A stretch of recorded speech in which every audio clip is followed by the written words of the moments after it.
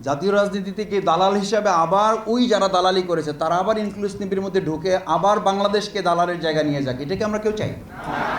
দালালদের দৌরত্বে আমাদের এই দেশটা আধিপত্যবাদের কবলে পড়েছিল। আগামী দিনে আবার কোনো দালাল যেন জাতীয় নির্বাচন থেকে শুরু করে দেশের একদম তৃণমূল পর্যন্ত কোনো ক্ষেত্রে এ দেশকে যেন আবার গভীর অন্ধকারের দিকে যেতে না পারে। আমাদের বাংলাদেশের অর্থনীতি আজকে ডিজেবল, এটার পিছনে আপনাদেরকে সময় দিতে হবে, এটার জন্য আপনাদেরকে কাজ করতে হবে। আমাদের রাষ্ট্রটাই ডিজেবল করে ফেলা হয়েছে বিগত 17 বছরে।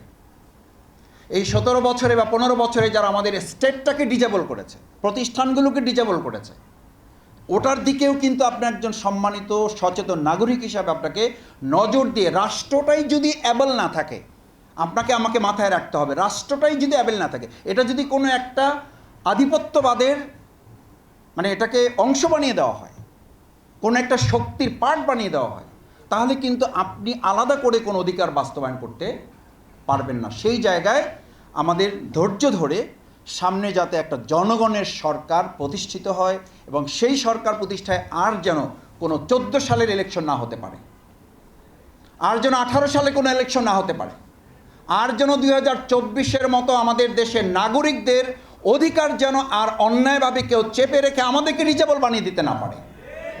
আপনারা শুধুমাত্র একজন ব্যক্তিকে অ্যাবল করার জন্য না, আপনাদেরকে আজকে দায়িত্ব নিতে হবে, রাষ্ট্রটাকে অ্যাবল করার জন্যই আপনাদেরকে কাজ করতে হবে।